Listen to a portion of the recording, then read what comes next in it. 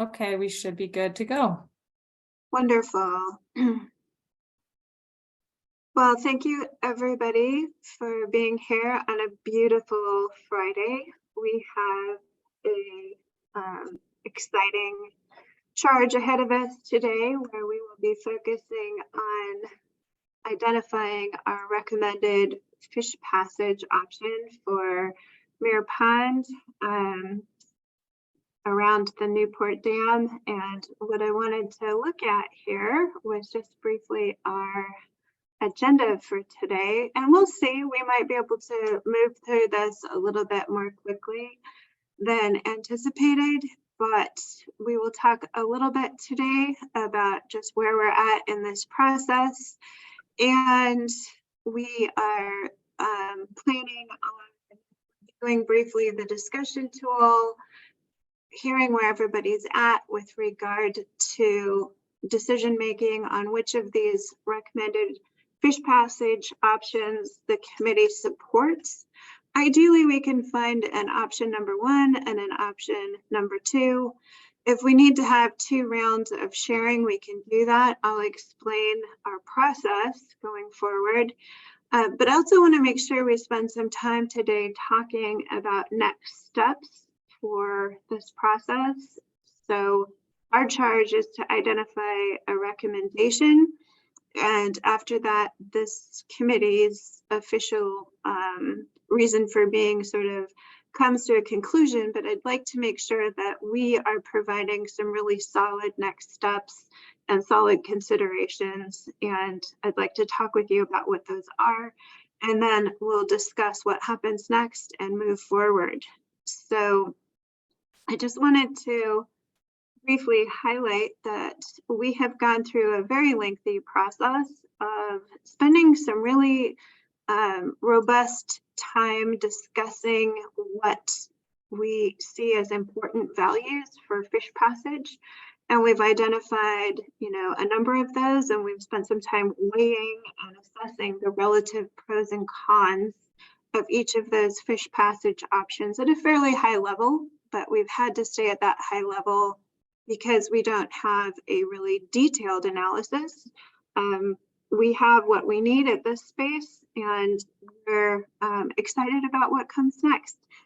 So I'm hoping that Scott wouldn't mind just sharing first a little bit about each of the fish passage alternatives that we've looked at, and then we can talk a little bit about the discussion tool, that how we've moved through this process, what we've looked at, and then hear from each of you about your preferences for fish passage and why you have those thoughts. Scott, do you mind sharing with us? Sure. Yeah, I'll go ahead and share my screen and go over the alternatives overview. So you should be able to see the screen now and talk about the alternatives. So basically, we developed over the course of several months in stakeholder input and then also citizen input as well. We developed alternatives for fish passage at the dam. Alternative 1 was the typical or standard fish ladder. A good example of this is just downstream there at the North Unit Dam, where there's an existing fish ladder there that was retrofit to the existing dam. There's other examples like the Opal Springs on the Crooked River is another good example. And the nice thing about this particular dam in fish ladder retrofit is that it shows you kind of the grading on top of the fish ladder, kind of the concrete structure, then a grading on top to keep people and debris and things out of there, railing, etc., for safety. So you can see very clearly pretty robust structure that can handle vandalism, people, etc., around it. So that's alternative 1. It's kind of your standard concrete fish ladder structure. Alternative 2 is a nature-like fishway. And the idea behind this is that it's trying to use natural materials such as large rock and boulders and gravel so that you create a natural stream channel where fish can go upstream and downstream and other aquatic organisms. However, it's in a very defined area. So in this case here, we have it right up against the south bank of the channel or the river channel there, and its footprint is in the very south end of the dam where the concrete or the existing dam is located. This does a couple things. One is it minimizes the footprint, and then it also, when fish comes upstream, it comes out in kind of as far away as possible from the existing turbine intake for creating hydropower. So the chances of fallback over the dam and or through the turbine are reduced by putting the fish as far upstream as possible above the structure. And the same kind of theory or characteristics for fish coming downstream looking to go down. This is the first area where they would have flowing water to access going downstream as well. So the attraction ideally for downstream works to some degree as well, depending on how much water and flow we can get down the nature-like fishway. Some examples there on the right of different types of nature-like fishways. The one on the bottom right is in the Klamath Basin, not too far away, but is an example of a nature-like fishway. These are some little more extreme examples. These are in the United Kingdom, showing a rock wall and a very steep nature-like fishway. Then the third alternative is a rock ramp, and what this is a partial spanning, or what we have about a half spanning across the existing dam structure. And these are very common. In fact, the Bureau of Reclamation has a design manual for rock ramp design, and we've used these in several places around the state of Oregon. A good example is White Juice Creek. The Three Sisters Irrigation District has a very large diversion there on the bottom right is an example. And then for alternative 4, we just enlarged this and made it a full spanning rock ramp on a larger scale than alternative 3. And this is a typical rock ramp before and after. This is the Three Sisters Irrigation District on White Juice Creek, just outside of Sisters, just upstream, where they divert about 100 plus CFS from White Juice Creek. And the river is diverted upstream of this dam. And that's what the dam is for, is to check the water up so it can be diverted. And then you can see there on the bottom right photo is an example of the fish passage with a full rock ramp and nature-like conditions or natural conditions for passage for fish. So that essentially is the 4 alternatives that were put together. Then in that, we have this discussion tool. We're on version 11 here, as far as iterations that have happened with the stakeholder group, trying to incorporate meaningful ways of looking at the 4 alternatives and understand the trade-offs that have to take place, because for all these different constraints, some of these alternatives work better than others, obviously, and vice versa. So that's what this is here, as far as they all meet fish passage requirements for the state and the federal fish passage requirements. So the matrix here, what we have used is a 0, which means they meet the minimum requirements. And then if one of the alternatives is significantly better, then it gets a plus, then in a green box in this case. And then if it's one of the alternatives is less than and significantly less than, it gets a negative. And so the example here on the next line, the effectively passes all aquatic organisms upstream and downstream. you look, the fish ladder gets a negative. And the reason for that is because it's a concrete structure. And so if you're talking about aquatic organisms and bugs and other turtles, whatever it might be, have a more difficult time getting through a concrete structure than they would on the natural substrate, like the Nature Like Fishway and the rock ramps that have more of a natural stream bottom, and aquatic organisms and frogs and things like that can get through that much easier than on the fish ladder. So that gets a negative. And so you can see, a lot of neutrals in this one here for the fish passage, because all 4 alternatives, that was the main purpose of them, is to get fish passage. And then really it gets back to more of some of the other aquatic organisms. And then finally on the bottom, a fish ladder, because it is a pretty narrow and confined structure, is very easy to monitor fish on, versus the larger kind of partial spanning rock ramp and the full spanning rock ramp are difficult because they're spread out more.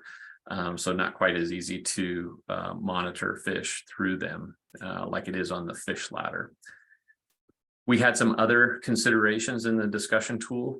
Dam safety, obviously, and hydroelectric operations are very critical, with PacifiCorp being the owner of the dam. They have to be able to, inspect the dam and maintain the dam. And then also they have costs associated with that for the hydro facility. So you can see that the rock ramps tend to cover up the dam and or mask the dam, making it more difficult to inspect and to deal with from PacifiCorp's perspective. So they receive lower scores in the sense of negatives, whereas the fish ladder and the Nature Like Fishway, both of them are very small footprints at the very upstream end of the dam, almost negligible impact to the overall operations of the dam and the ability to inspect the dam. Similar kind of results on the public safety and security. With the smaller footprint, it's easier to protect and secure. And whereas the larger kind of rock ramps, full spanners, they are larger areas, easier for people to access, the public to access both upstream and downstream. Tough to fence out, an area when you have the river running through it, and people can walk up from the downstream end where there's a park down below and everything. So public access and security becomes a bigger issue with the rock ramps for sure, and kind of neutral on the Nature Like Fishways. And then finally, we were able to add some information on costs, kind of some relative costs for the 4 alternatives, with the fish ladder and kind of the partial spanning rock ramps being the baseline, so to speak, or about at the same. The Nature Like Fishway being cheaper, and then the full spanning structure being the most expensive. And it's primarily just due to the bulk of material that has to be imported for the full spanning rock ramp. And then finally, this is a summary of all of them together, showing in the discussion tool some of the trade-offs that are associated with each project, each alternative. And so I'll turn it over to you, Vernita, at this point to continue on with the kind of the discussion and next steps.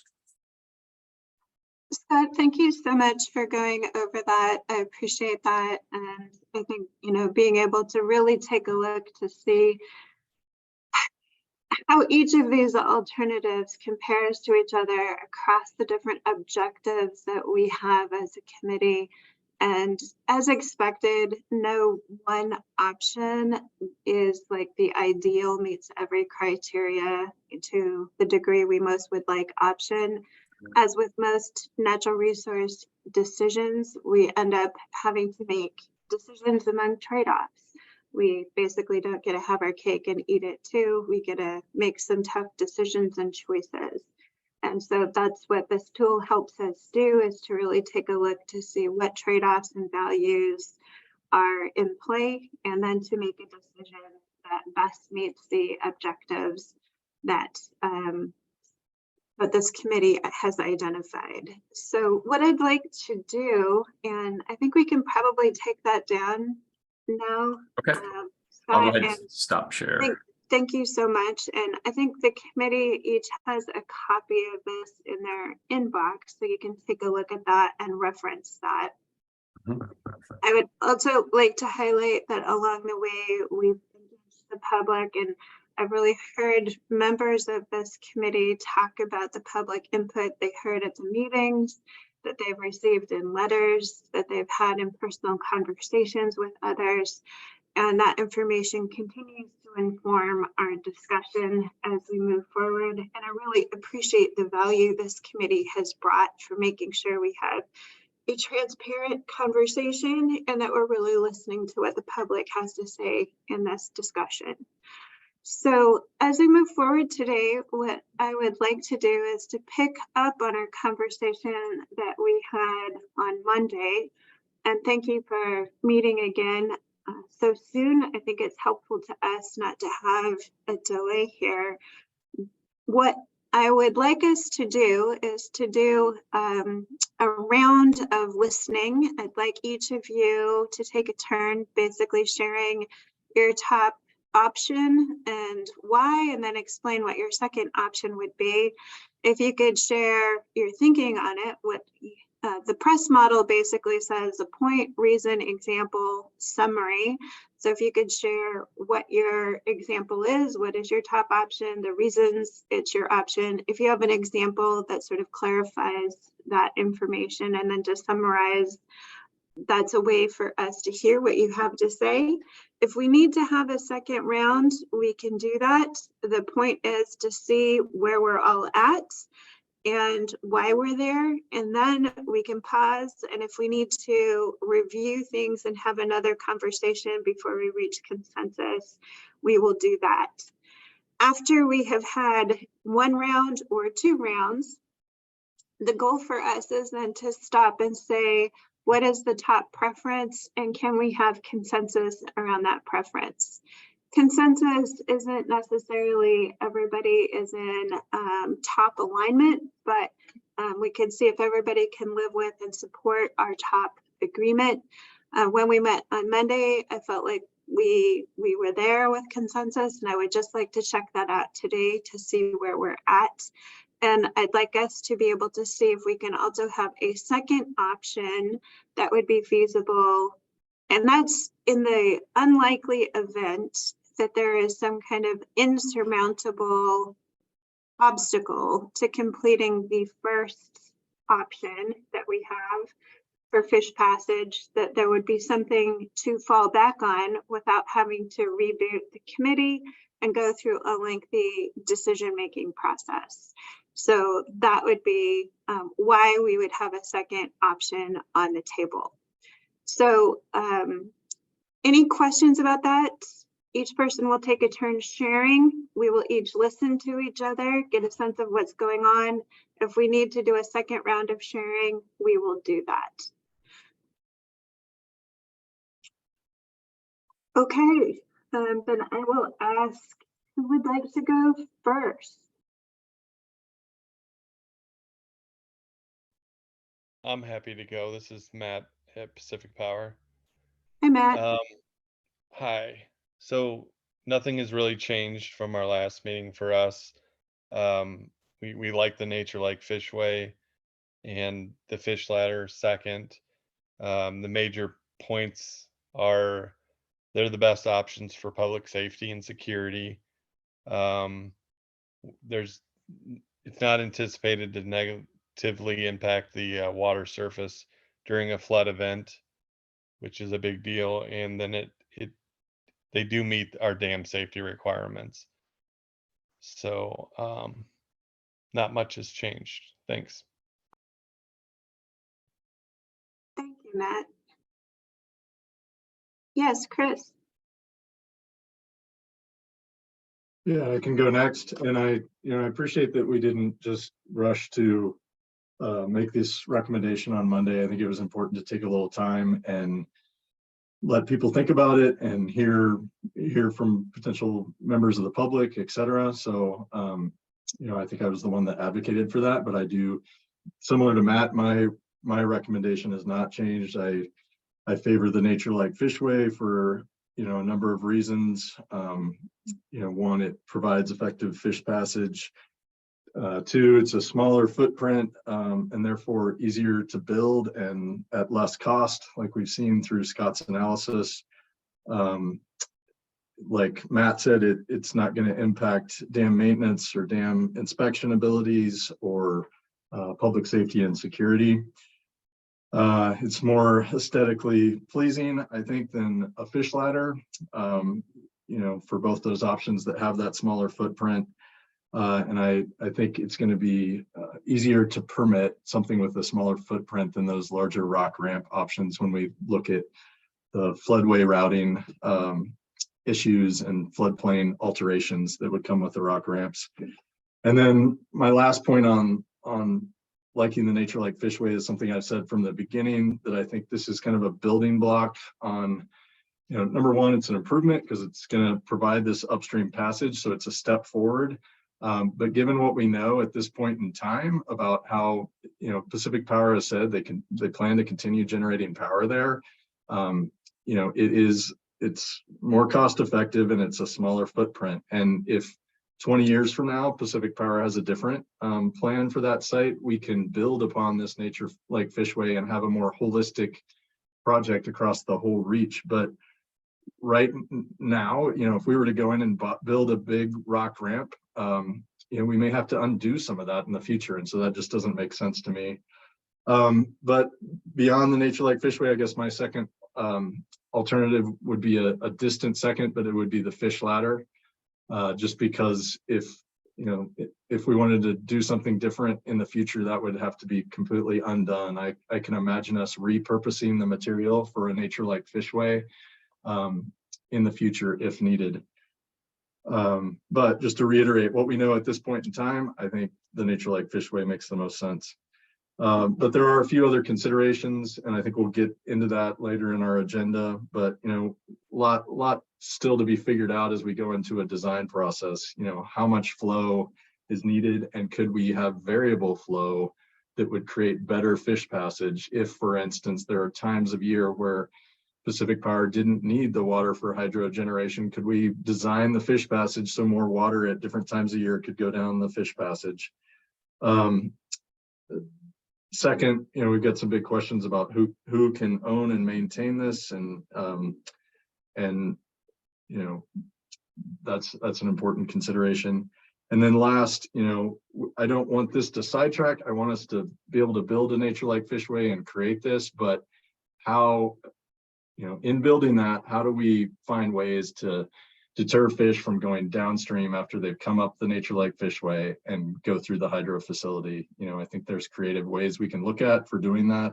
We've tried to create this alternative so it's the furthest away it can possibly be from the hydro facility. But I think that summarizes, you know, why I vote for the Nature Lake Fishway. Thanks. Great, thank you, Chris. Who would like to share next?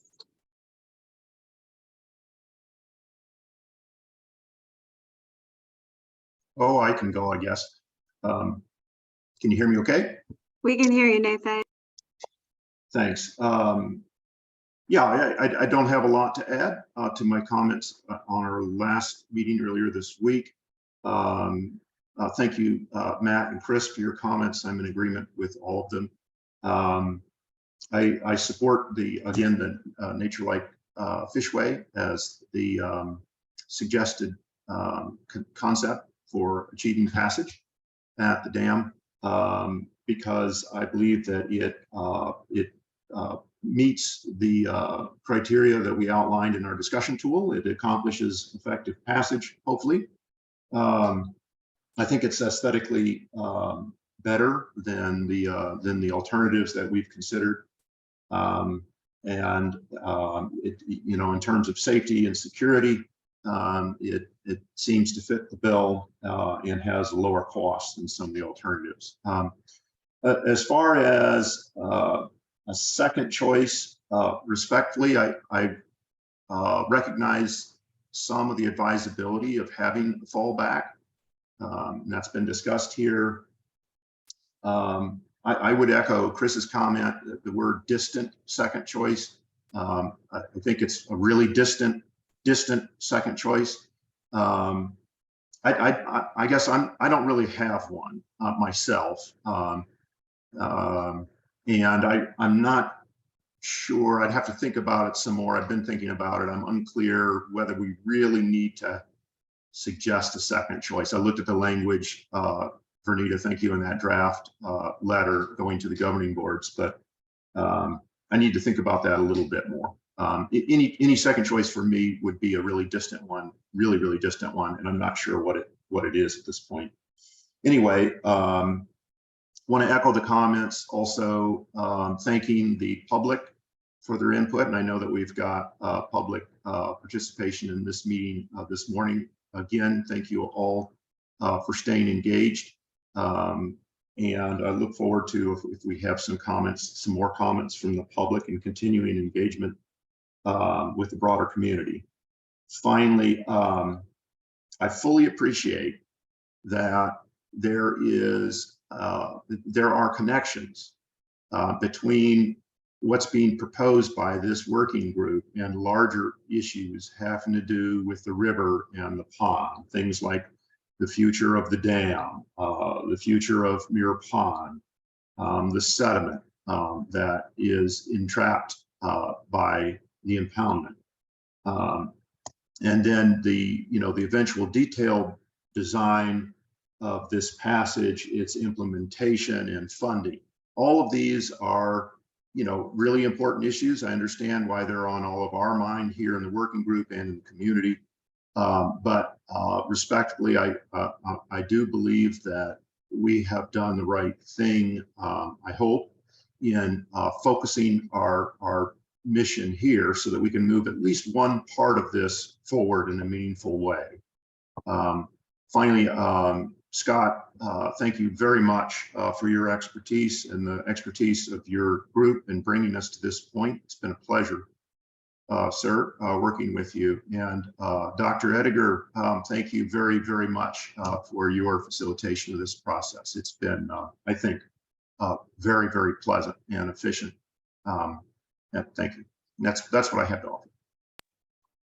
Thank you so much, Nathan. We appreciate that. Who would like to go next? Jenna. Thanks, Vernita, and thanks everybody. This is again been a really great process and lots of really thoughtful discussion. Appreciate everybody's participation. I agree with all of the points that have been made so far, and I don't feel the need to repeat much. My priority or my top choice by far remains the Nature Like Fishway.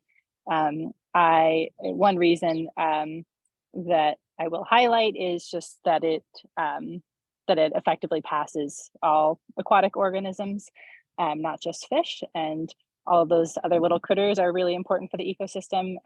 And in doing so, it also just creates better habitat and ecological improvements for this part of the river. So those are just some of the reasons why it's my top priority. I also think it is significant that PacifiCorp, that it is their priority and that they support this option. I don't think we can underestimate how important it is to have the owner and operator of the dam on board with our recommendation, just for funding and implementation of the project. It's going to be really key to have their continued participation and support.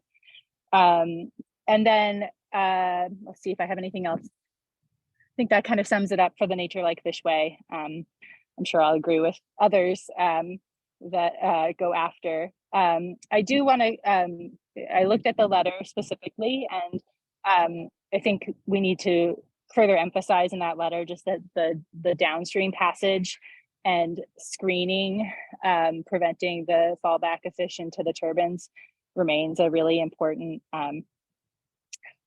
thing to study and evaluate as we go through the design process. So I did see it emphasized in the letter, but I also saw, effective upstream and downstream passage mentioned under Nature Like Fishway, and I do want to kind of check that with Scott, and if necessary, kind of have a caveat in that point. And then for my, as everybody has said, distant second choice, the traditional fish ladder. And one reason, Nathan, that I would offer for having a second choice, I think, is just that it makes clear that the committee and the broader community, that our commitment is strong to implementing fish passage at the dam, that we're not going to walk away from it if our first option is for some reason sidelined, and it's not going to work. So I want to make that commitment clear with this recommendation. So by having a second choice, even if it does feel like a distant second, we're making clear that the priority is fish passage.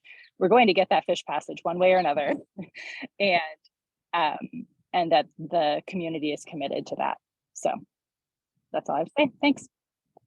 Thank you so much, Jenna. I'd also just like to highlight that we can hold conversation about the draft letter until we can really dig in. My hope is that we can all flesh this out going forward. And for the public who hasn't seen that, it is a tool for staging a conversation with this committee regarding how we would frame our recommendation to the city and Bend Parks and Rec, and we will share that and have a conversation about that after we pin down a recommendation.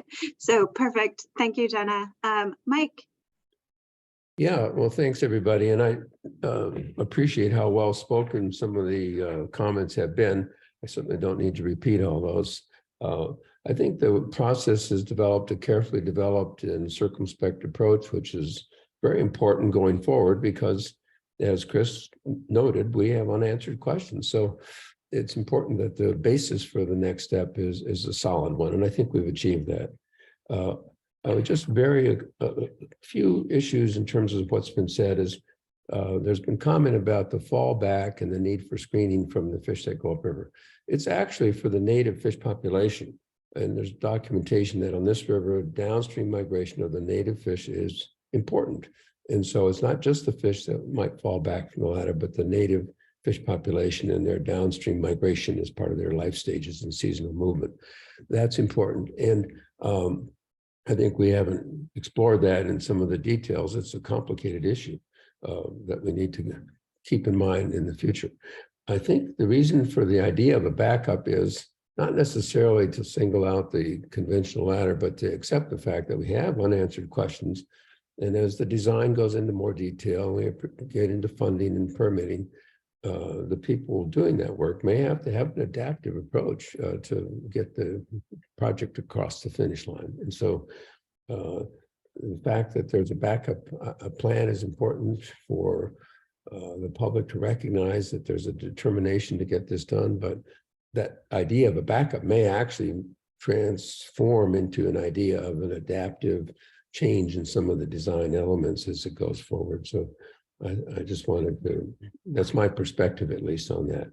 So I appreciate everybody's participation. I hope we can move this forward and keep everybody involved. I want to thank Pacific Power for their participation. I think that is really crucial now and as we move forward into some of the unanswered questions and challenges that we still have to address. So thanks, everybody. Thank you so much, Mike. Jerry, I think you are the last committee member here. Yeah, our goal in this process was really to see safe and effective upstream fish passage at Muir Pond. And all of the alternatives that we've looked at and that Scott's put forth meet state and federal criteria, and those it's good that we outlined a number of different options. Given some of the constraints of the roughened channel and some of the benefits of passing more aquatic organisms and diversity of flow and velocity and depths in the nature-like fishway, that's our preferred alternative, with a conventional fish ladder being a second alternative. both, we feel can effectively pass adult salmonids. But the Nature Like Fishway has some advantages in terms of flexibility, footprint, cost, that kind of had it rise to the top in our minds.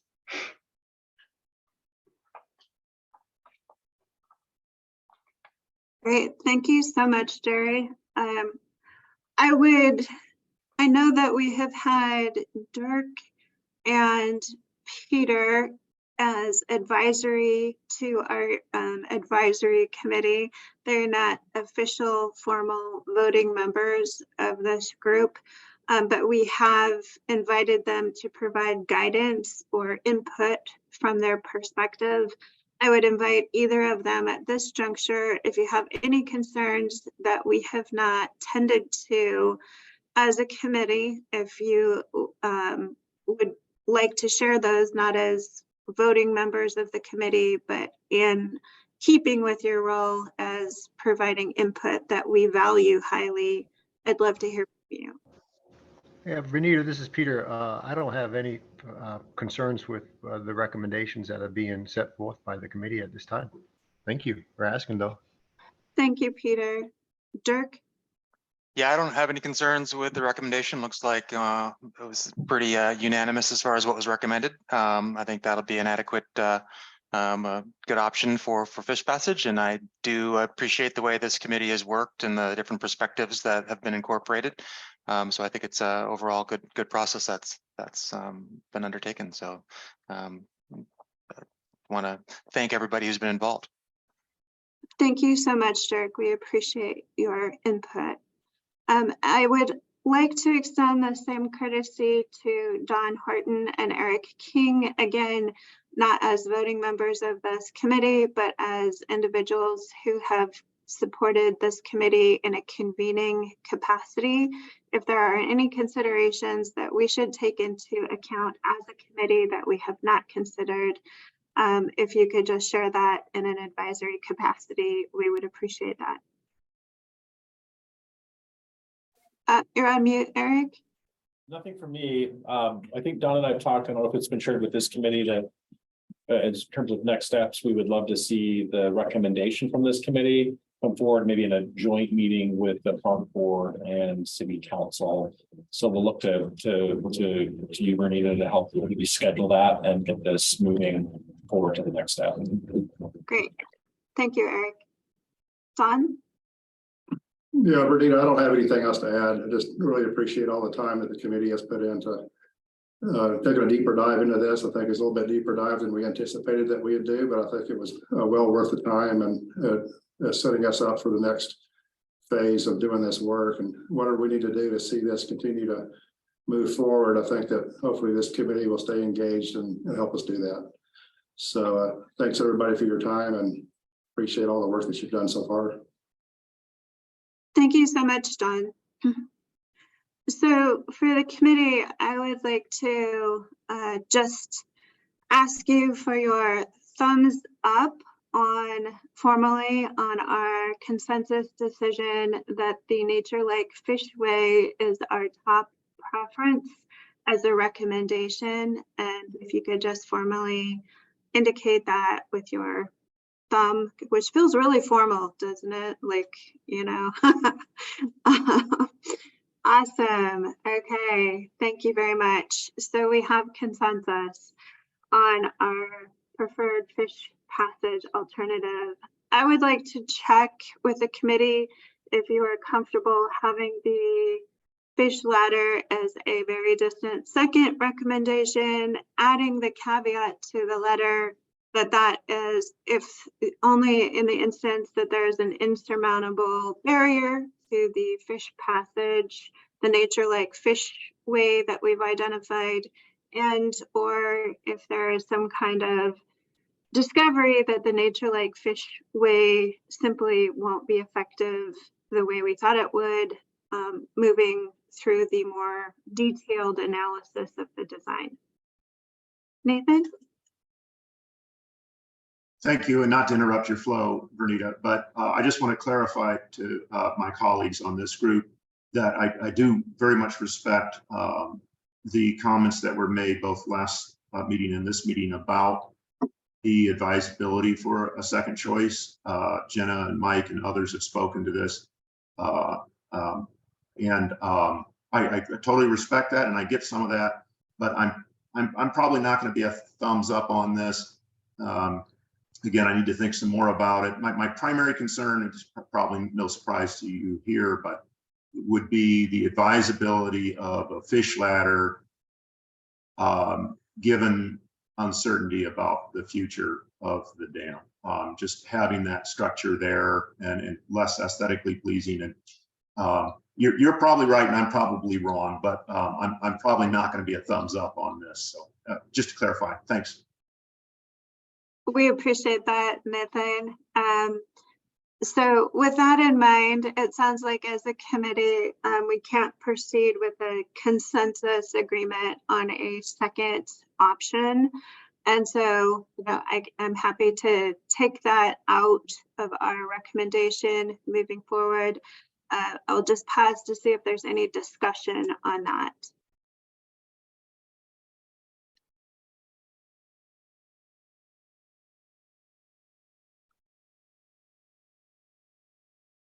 Yeah, Nathan? I guess to clarify, I'm forgetting our process, Bernie. My bad. I didn't mean to veto that. If the group wanted to go ahead, I'm sort of here, either up or down, I suppose. But I'm probably forgetting the specifics of our agreement in regards to consensus. Yes. Yeah. Okay, so let me check that out then, because ultimately consensus means that we can live with the decision. We may not be a thumbs up on it. So Nathan, if you're a thumbs sideways on it and you can live with it, if everybody else says it's okay, then if everybody could let me know, again, with your very formal and professional thumb, let me know where you're at with that, meaning specifically the fish ladder as a distant second alternative to the situation. So I'm saying thumbs up, Mike. Okay, great, from everyone except for Nathan, who's a thumb sideways. That means that it's a yellow light and you can live with it and won't actively work against it. So we will list that as the second option. So let me just pause and say, wow, that was amazing. And let me just pause and say thank you to this committee. The amount of work, the amount of diligence that you have demonstrated in reaching out to your constituents and to the public, the energy and thoughtfulness that you have each dedicated to 2 years of service on what we thought would be a shorter process to come to a decision about this is really amazing. And I appreciate it greatly. I would also like to thank Scott Wright from River Design Group, who has been an exceptional colleague and thought partner, and one of those rare engineers who speaks people, and we appreciate that. And your ability to really work with us through this process. We wouldn't be here without your level of support. I feel the same way about Don Horton and Eric King for convening this process, investing in this process, and championing a next step in the 2015 vision. So that is really excellent work. Thank you. So as we recognize that the scope of this committee has been to identify a preferred fish passage alternative, and we have just completed that task, I would like to set our work in good standing for next steps so that this effort and its momentum continues apace, and that our work leads to prompt action. So with that in mind, I mocked up a letter for discussion related to next steps. Next steps have a focus that include a presentation to the city and then Parks and Recreation for their consideration and formal approval of the recommendation. We have discussed as a committee that we would like to include in our recommendation, not just the fish passage alternative that we've discussed, but some thoughtful recommendations or considerations that we have grappled with throughout this process. And we have recognized that basically the Mirror Pond fish passage decision is multiple decisions. It's like a Russian nesting doll. Inside of this decision about fish passage are multiple additional decisions.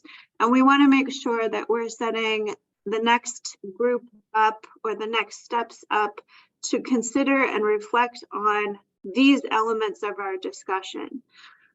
So I would love to ask for your feedback on this draft starting template for the formal recommendation so that we can make sure your thoughts and considerations are embedded in this document. So thoughts and considerations. I start out by identifying that we've identified a preferred fish passage option. And I think we wanted to, I don't know, you, Chris, had mentioned something about downstream that we wanted to take this out. So like, what considerations should we address here? Yes, Chris. Yeah, I guess I would just build on what Jenna said there. I mean, we are, through this Nature Like Fishway, we are creating effective upstream passage, but we have talked through this process that a separate question is, related to what is needed at the hydro facility, whether that's fish screens or whatever, screening that hydro facility. But that, that is a question for Pacific Power and a question for the regulatory agencies, I feel, and it shouldn't get in the way of us trying to move forward this upstream passage effort with this Nature Like Fishway. But I think it's, when I read that letter, I think it needs to be specific to upstream passage. Okay, so really indicating that approach to upstream fish passage at the site, and then I can review this to make sure that is included throughout. And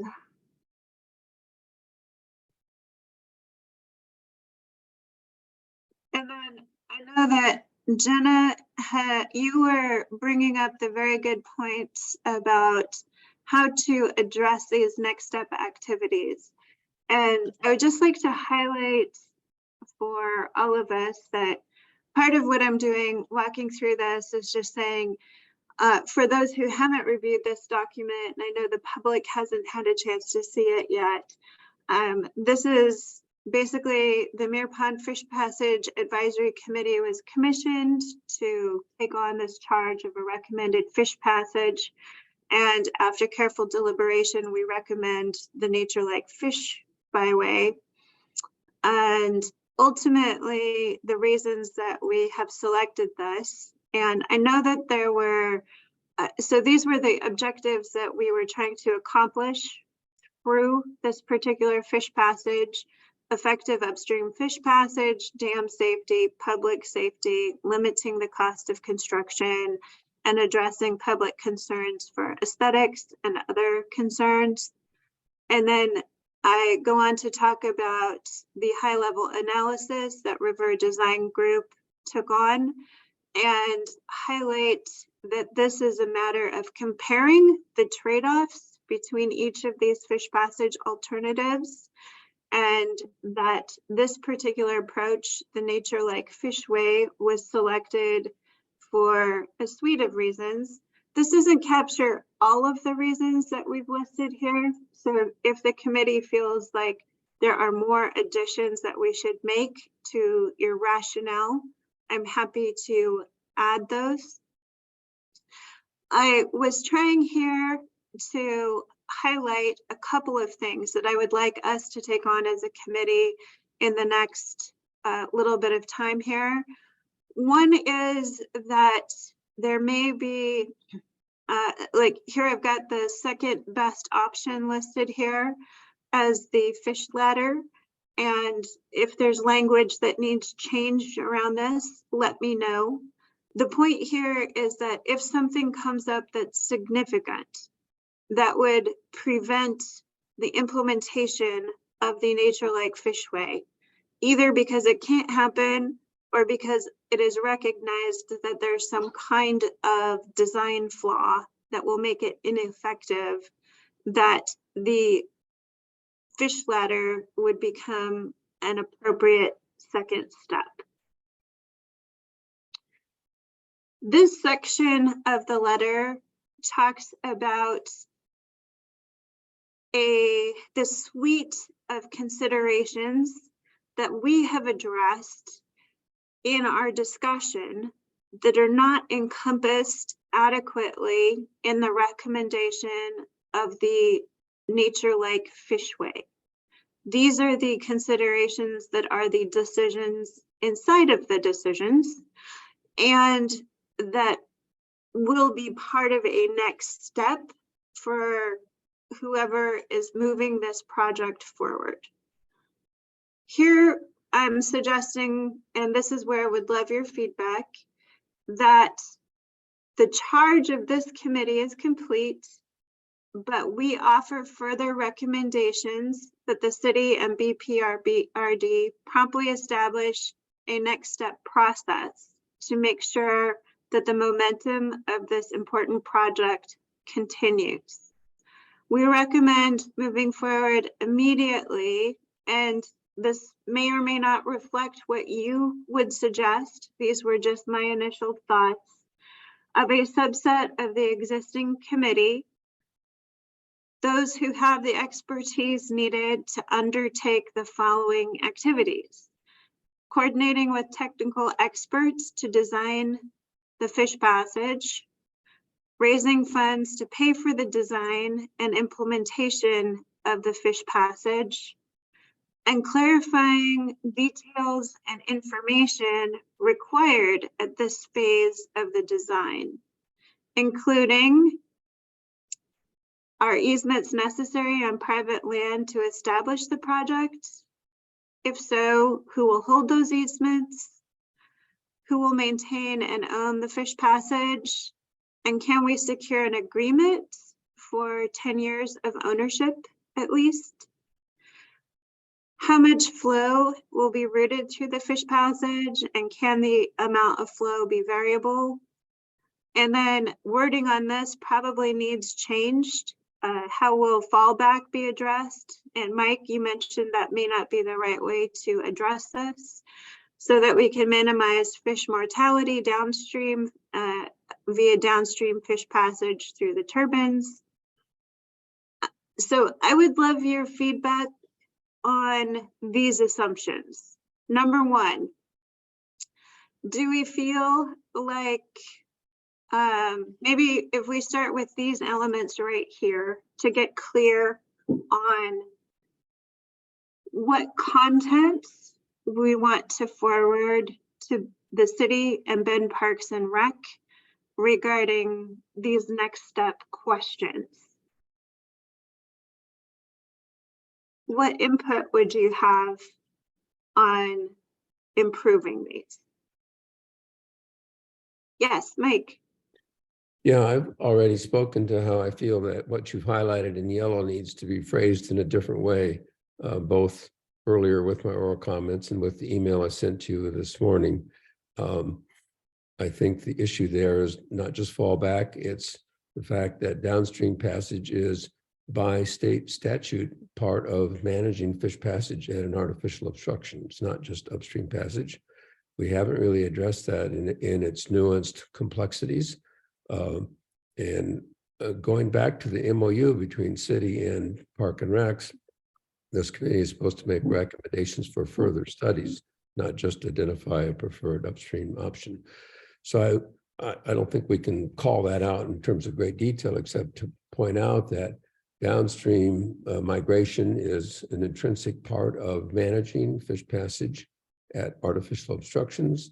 It may well be that further studies will be pursued at Mirror Pond to address that question. And I would hope that the city and Park and Recs will be supportive of those further studies, which is a separate process from the upstream passage project. I think that we need to call that out in some of the more complex, nuanced approach that I try to quickly state. Great. So some of what you included in your email, Mike, you'd like to see that included here? Right. Great, thank you. Jenna.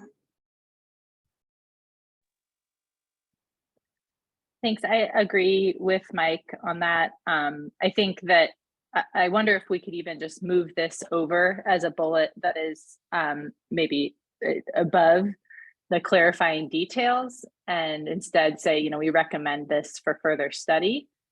I do wonder though, Mike, if we need to say that it's a separate process from the upstream, but rather if we could say that, like, I just don't want anyone to be under the impression that like we need a whole nother process like what we've just been through, that would take a bunch of time, but that it's a parallel you know, issue that needs to be studied and evaluated, and that it's, I mean, we need to make clear that we can't lose sight of this as an important piece of fish passage at the dam, but I just don't want to say that it's, I guess, the word process. Yeah. Well, I just wanted to make the point that calling this out as needing further study should not be an obstacle or an impediment to proceeding expeditiously with the upstream work. That's all. Right. Okay. I see what you mean. Yeah. We need to make that very clear. It's an important part of fish passage, but separate from what we've already addressed in the upstream option identification. So I think rather than saying further study to identify might be the way to start that. Further study to identify, or identifying, either way. And then effective approaches to downstream fish passage. I think that's fine. Should we add and screening of the hydroelectric facility? Is that appropriate? I wouldn't. I would not add screening. I think that there are other options to manage downstream migration. I see. Okay. Those just need to be addressed in terms of both statute and administrative rules, as well as biology of the river and the particulars of this particular dam.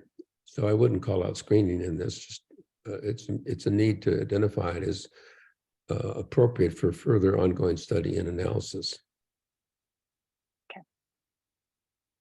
Okay, great. Matt, I saw your hand up. Were you going to share anything?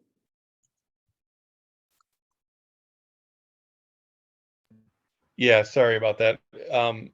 Definitely appreciate the further concerns, but I think Jenna kind of asked the questions I had, so I don't think I can say anything better. Just curious from the committee, we all understand these other topics are important. Does it fit in our mission here of finding fish passage, I guess, is my question. I think Jenna kind of asked that. Yeah, I think our mission, Matt, and I guess I would also defer to others on this committee.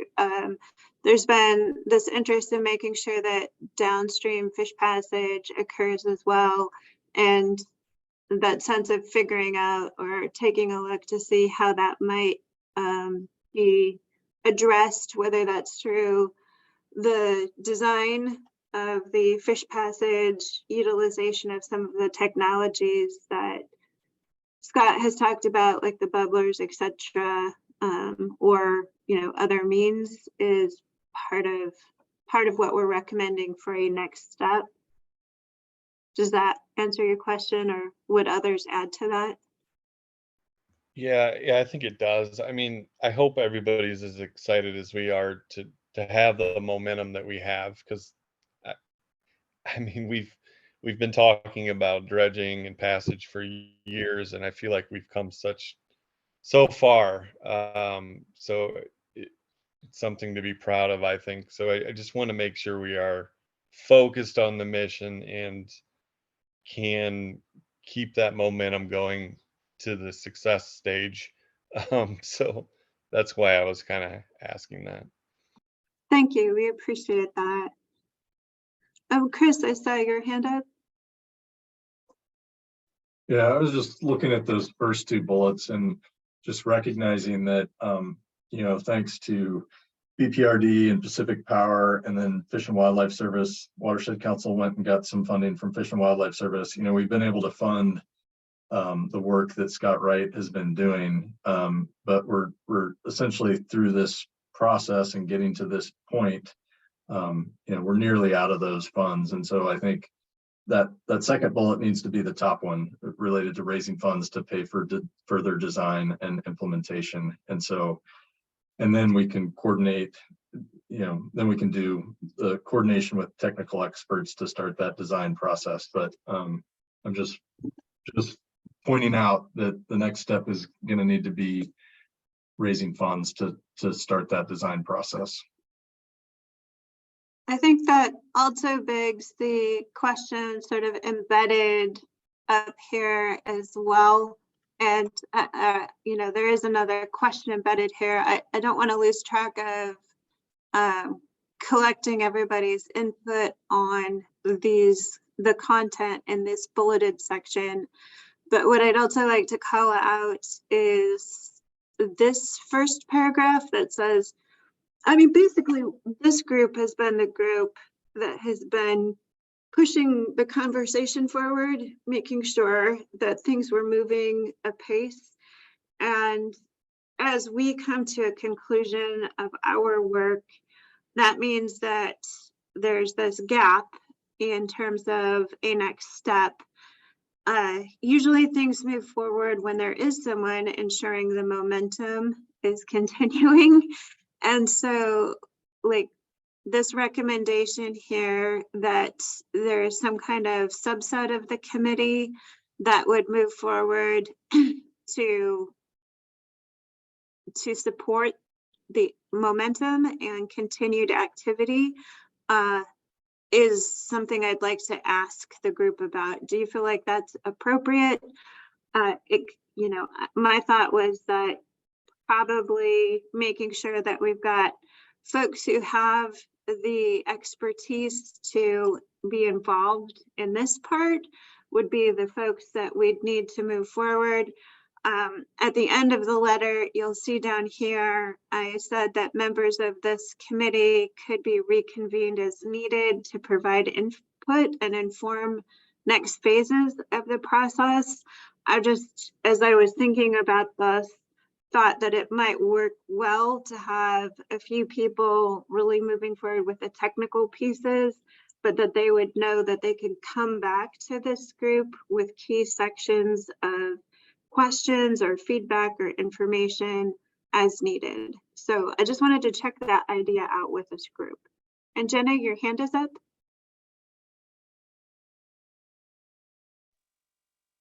Sorry about that. I'll lower it. Oh, yes. I was hoping you were going to say something. Nathan. Thank you. I support this, Bernita. I think it's a necessary addition to this letter, so that we're not just saying, "Hey, we're done." Bam. I think it's a natural extension to suggest what would be the next step. So I support it. I need to think some more about this notion of downstream.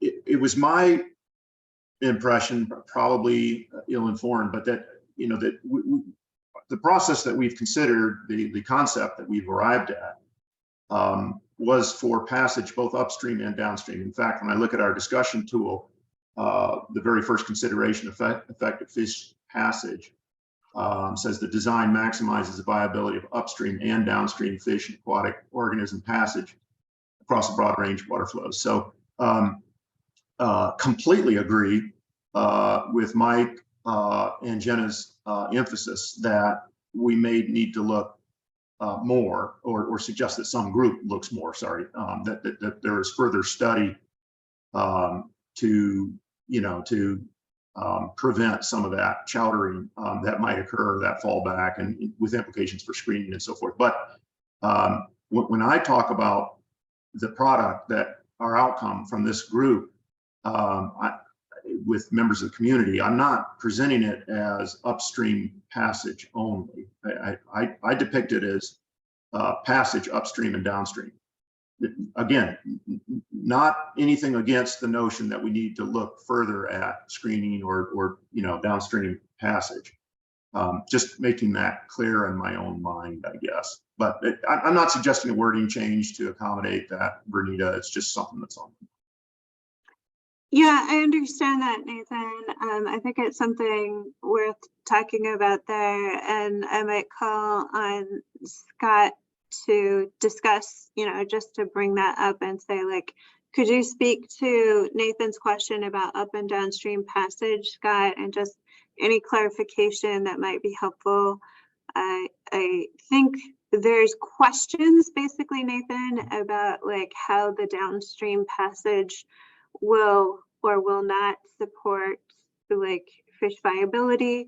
Yes. And those were things that kind of have to do with the design elements. But Yeah. Scott, did you want to speak to that?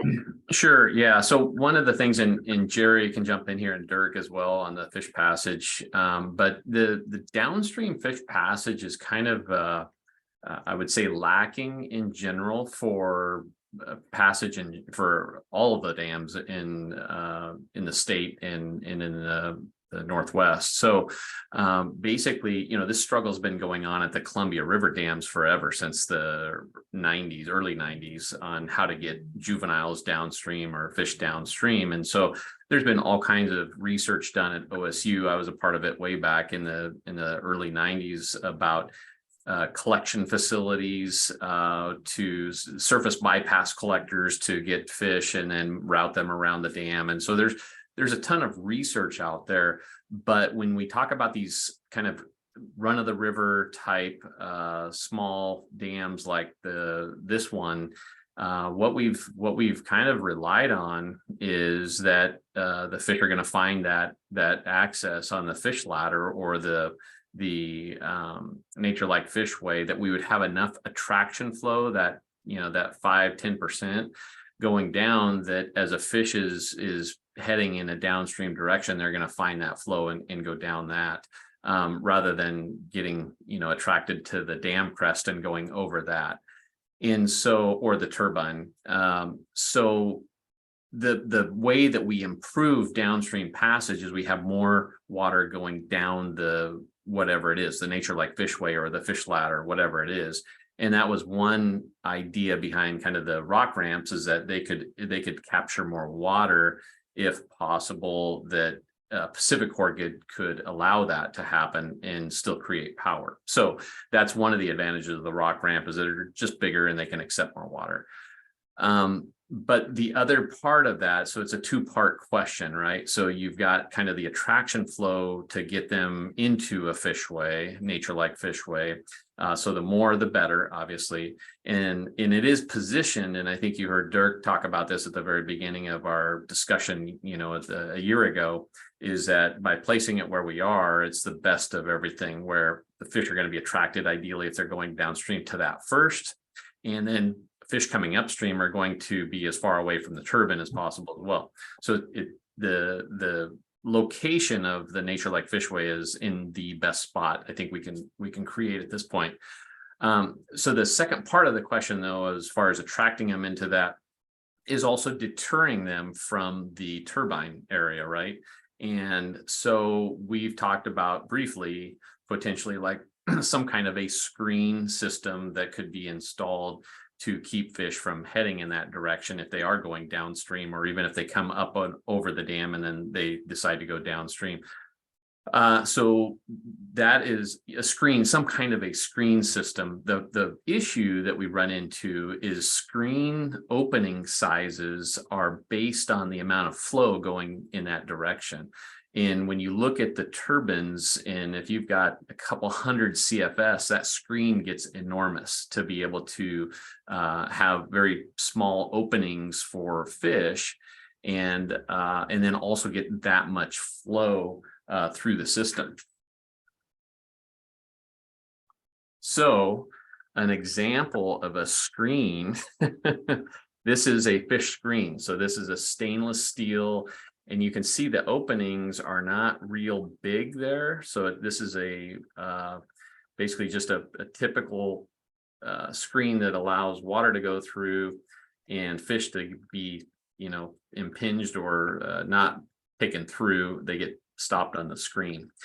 And this is the industry standard right here for what we're talking about when we talk about screens. And so you can imagine trying to get a couple hundred CFS through a screen like this. And it's very easy to get 5 or 10 or 20 CFS through one of these screens. But when you start to talk about a couple hundred CFS, that's a bigger problem. So that becomes a bigger challenge, obviously. So then you start to look at other alternatives. And one of the other alternatives I've talked about briefly is the idea of like a bubbler. And that's kind of a research oriented way of pursuing, you create at the bottom of the channel there, an air pipe that puts up basically a wall of bubbles, and that can be multiple bubble walls, so to speak, so that you just keep fish. It's a detractor. They don't want to go through those bubbly water, so to speak. And so that also allows floating debris, you got your coolers and everything else, flip-flops, they can go through that, right through the bubbles, no problem. And you can continue to get water to the turbine, as much water as needed, right, through the turbine. So it creates a potential deterrent for fish to go that direction. And so it kind of solves the two parts of our problem. One is we want to attract them to the fishway, and the other is we want to deter them from going downstream through the turbine. So that, is kind of an initial take where we're at today, and there could be other ways to talk about, but I don't know, Jerry, if you want to hit on that anymore or Dirk, about kind of the state of the downstream passage at dams. Yeah, I think that's a good synopsis, Scott. I mean, I'll just say that each facility is pretty unique with downstream passage. And you oftentimes have water going multiple routes through turbines, over spillways, down through a fishway. Juvenile fish tend to be higher in the water column, and they go kind of proportional with flow. So having the fishway located where it is, I think, is a good approach in terms of trying to intercept and attract those fish before they hit the spillway or the powerhouse. But yeah, in general, fish are going to move kind of proportional with flow. So the more flow we can put down through an alternative that's safe, the better. But there are minor amounts of mortality associated with spillways, and then mortality through powerhouses can be pretty variable depending on the configuration. In terms of like the screening, a lot of that is, screening is a tried and true method that has a lot of criteria that are well established. Some of the behavioral deterrents, are still experimental and show, good promise in certain locations, but a lot of that is somewhat experimental and would probably need to be studied if we went that direction. Well, Yeah, I think.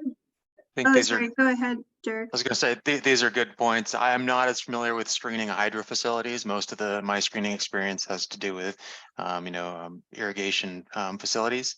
What I do know is that screens are expensive, and this is an estimate from a number of years ago, and I think it's probably gone up, but we were estimating about $1,000 a CFS when we, built screen budgets. And I don't know how much we would have to screen for this site. I do think if we do want to, reduce downstream mortality, we'd want to probably screen.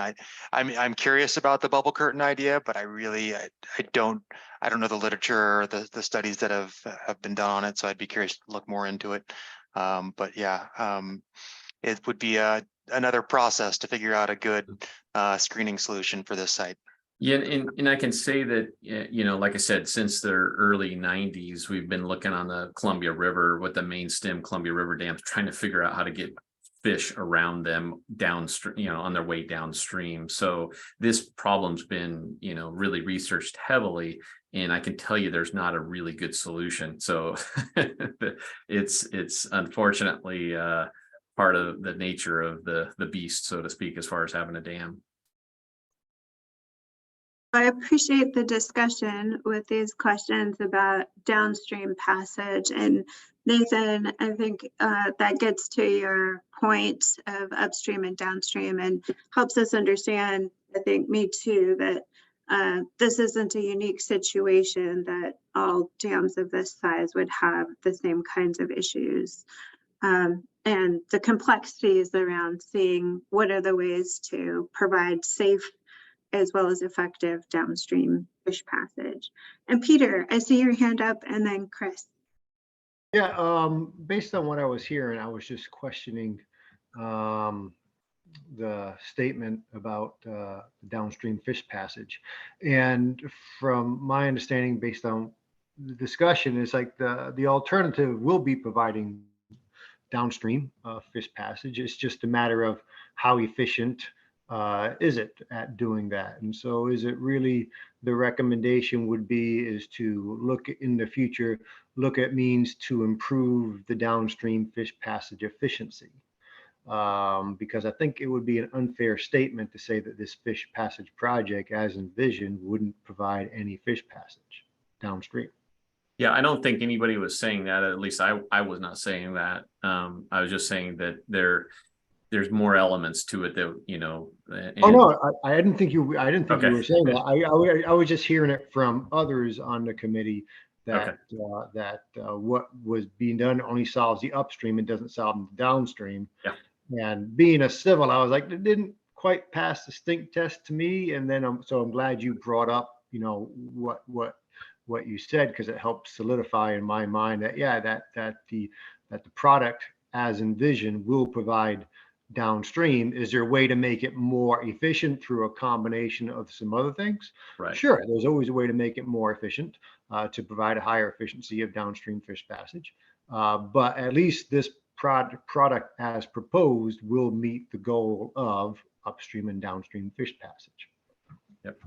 So I think that's an important thing to make sure that that's communicated in the letter too as well, and that only half of the deal is being provided. Thank you, Peter. Chris. And I would just say, I guess I agree with that after hearing more and learning more.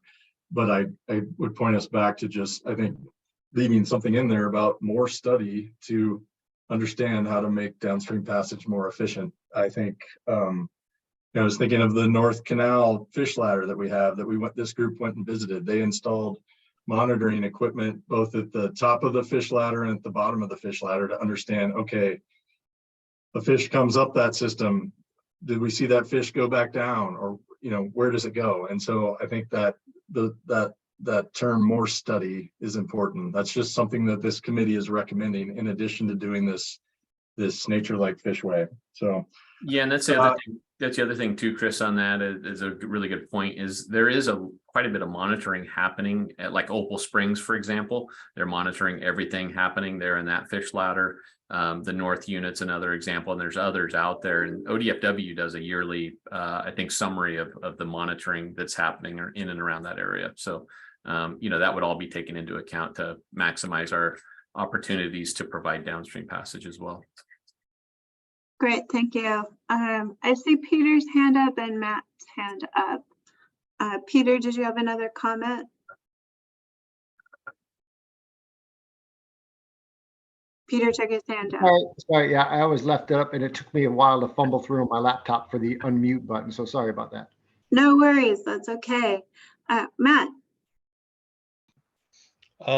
Yeah, I think Chris's comments are fair, but I do want to ask if we can make it clear that that's kind of the next stage. And again, I'm just want to protect our momentum on fish passage, because I think it's something a lot of our community members have been asking for, and it's really important that we again get to a successful stage of getting that passage. So I don't want any other complexities to distract from that mission. So if we can just be clear on that, I would feel better. Thank you, Matt. I appreciate that. I think we all want to see this momentum carry forward.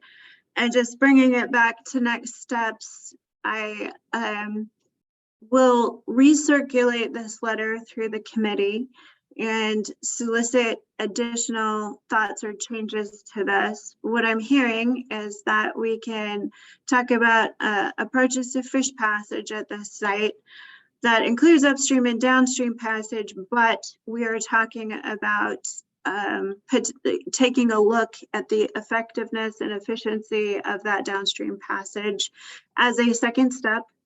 So we, in this letter, highlight that we were charged to make a recommendation. Our recommendation is the Nature Lake Fishway, that these are the considerations or objectives that we had as a committee for this fish passage, effective upstream fish passage. Maybe we could just say effective fish passage at Newport Dam, maintaining dam safety and effective hydroelectric operations, public safety and security, limiting the total cost for construction, but also ongoing maintenance, and addressing social and aesthetic considerations that the public raised. This is a list I've created of the reasons that this committee has cited. This isn't an all-encompassing list of the reasons that you have cited for selecting the Nature Lake Fishway as the preferred option. I include a paragraph that discusses the traditional fish ladder as the second best option, and ultimately, I'm happy to reword this if needed.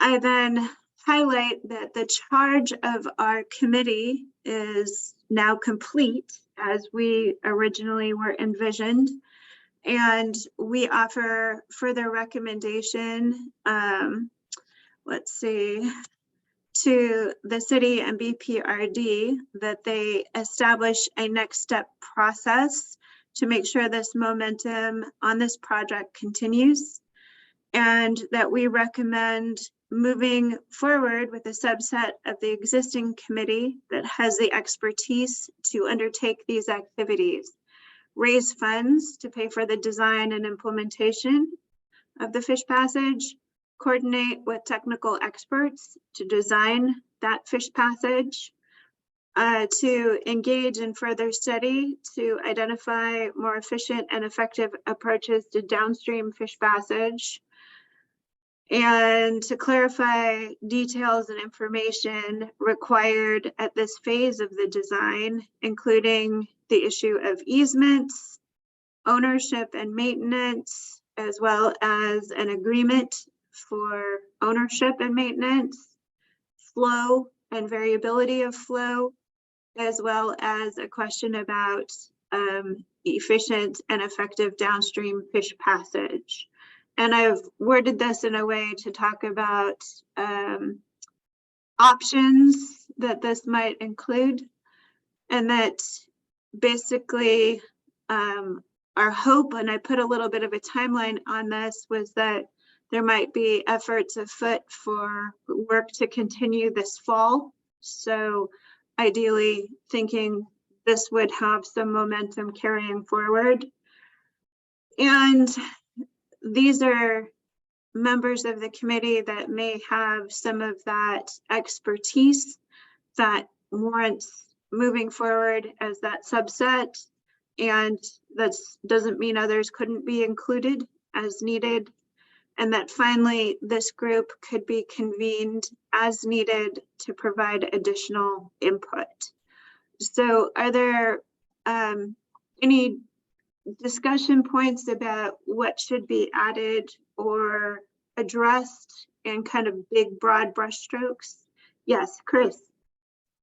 Yeah, I just want to respond to Matt's point there. It's not my intention to disrupt the progress in any way. I am fully supportive of moving forward on this Nature Like Fishway. I just want to, put out there that one thing we need to monitor going forward is how does it function? And so, I think I've said before, my organization, our Watershed Council, we're going to be willing to seek some of that funding to put this Nature Like Fishway in place. I don't see us leading the group and facilitating the meetings and calling the conveners together, but I do, and that's why I think there's this National Fish Passage program at the federal level that we can go back this fall and seek some funding for this Nature Like Fishway. And so our Watershed Council is prepared to go help try and get some of that money, and hopefully there's other sources, but yeah, so look forward to those next steps.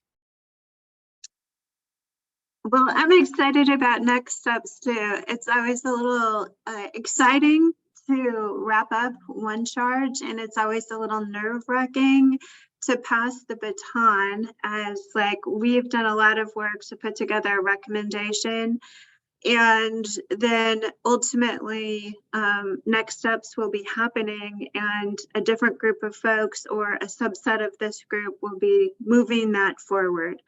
I trust, given the commitment from this group, that each of you will really be keeping an eye on this and contributing to that solution-oriented next step.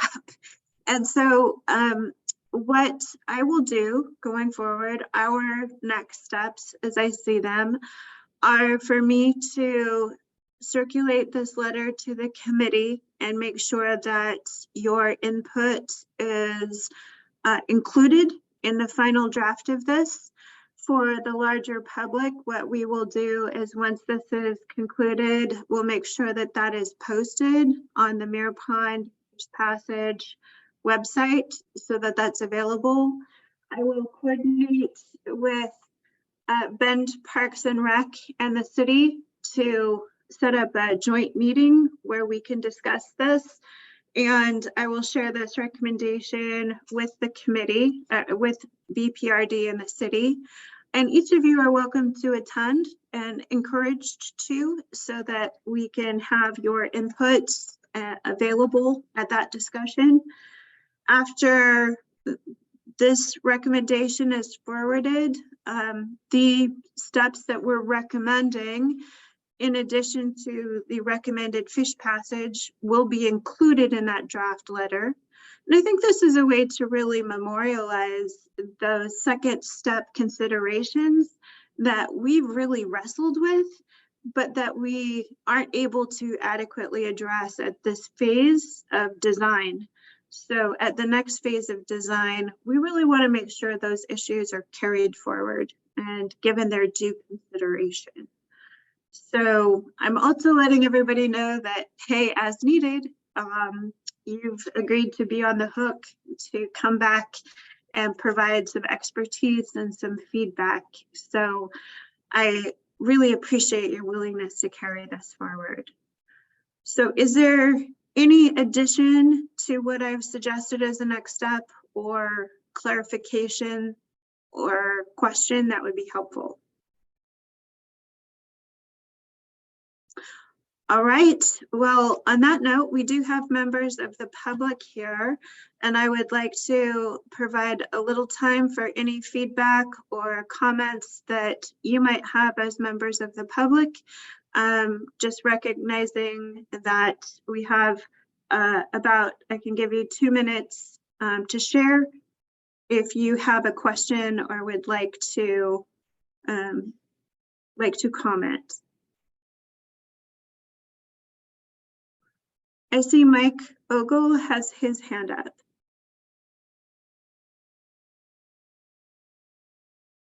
Okay, Mike, I've given you permission to speak and you should be able to share your comment. Can you hear me now? Yep. Yeah. Good. I think you guys need a great big hand of applause to get to, it's taken a while, but you've gotten to the important part. We're going for funding now. What I think is missing in this is that Pacific Power hasn't put in writing and how they are going to meet their statutory obligations on this dam for fish passage. And I think it would be really necessary for them to address in writing all of the questions and answers that this committee has come up with. And I think it's going to be really important so that we don't have any stumbling blocks coming down the line because of a misunderstanding. That's all I have to say. Thank you, Mike. And that is the only hand I see up, Cassie. Yep, I think we're all good. Okay, well, thank you, everyone. We're granting you back about 25 minutes of your life today. And thank you so much for every bit of effort. I can't tell you what a fantastic committee this has been to work with and what an honor to work with you all. So thank you so much and congratulations. This was quite a day. Yay. Thank Thanks. you so Bernita. much. Bye, everybody. Thank you. Thanks, everybody. Thank you. Take care. Thank you.